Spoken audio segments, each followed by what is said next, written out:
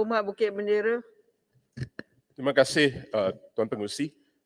Bajet 2022 untuk Kementerian Pertahanan ini memperuntukkan 16.14 bilion ringgit Malaysia. Ini merupakan peningkatan berbanding 15.86 bilion tahun 2021. Peningkatan sebanyak 1.8%. Dan terdapat trend peningkatan dari segi pembangunan dan diperuntukkan 5.039 bilion ringgit Malaysia merupakan angka tertinggi untuk 5 tahun kebelakangan ini. Pembelanjaan pertahanan Malaysia telah melepasi 1% GDP yang sebelum ini dikawal sekitar 1%.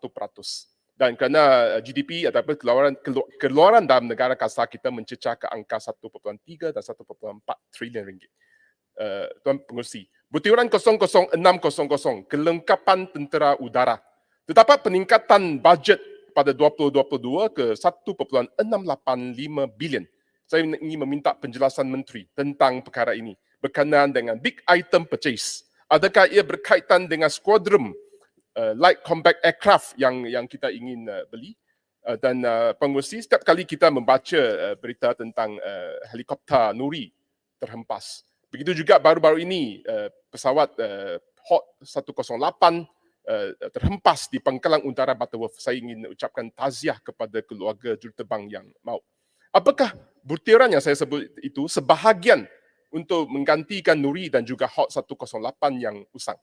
Tuan Pengerusi, selain daripada terdapat bajet besar ini, orang awam juga menanyakan cara perolehan oleh Kementerian Pertahanan.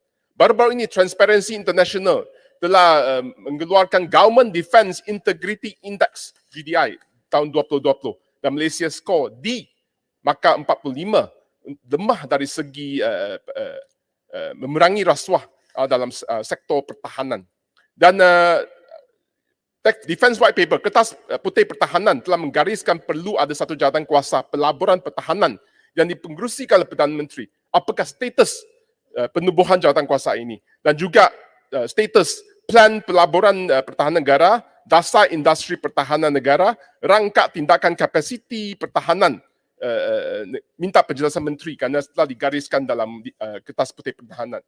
Dan Pengerusi, terdapat jawatan kuasa siasatan tabir urus perolehan dan kewangan kerajaan JK STUPKK dan pengerusikan oleh bekas Ketua Audit Negara Tan Sri Amri Buang telah menyatakan elemen penyelewengan perolehan antara lain kes kapal Littoral Combat Ship LCS dan 16 kes land swap yang dibongkarkan oleh laporan tersebut dan terdapat kerugian dan ketirisan melibatkan nilai melebihi 500 juta dana awam.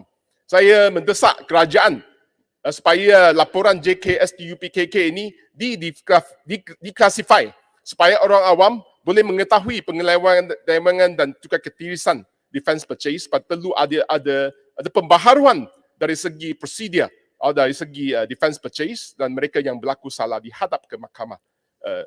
Pengerusi, 08400 Perumahan Angkatan Tentera Malaysia telah diperuntukkan 388 juta. Mengikut laporan audit tahun 2018, terdapat melebihi 12,000 rumah keluarga Angkatan Tentera yang tidak dihuni.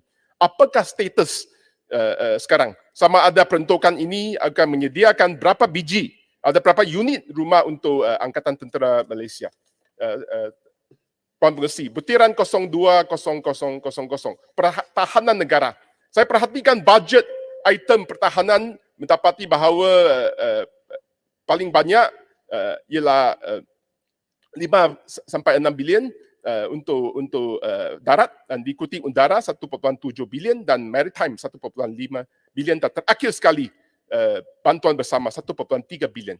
Kertas putih pertahanan telah menggariskan Malaysia sebagai maritime nation.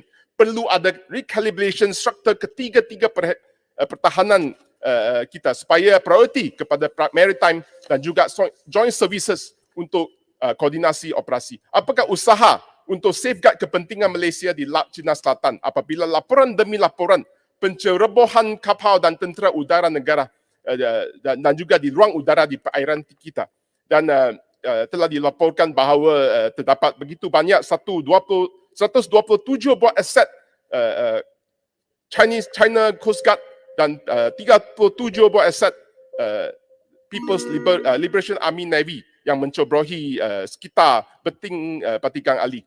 Saya meminta supaya perkara ini perlu diberikan perhatian yang serius kerana sekiranya kita tidak menjalankan military diplomasi, tindak balas secara diplomatik, kemudian dia akan menjadi satu fait accompli dan ini sebahagian daripada grey warfare yang dilakukan oleh negara tersebut.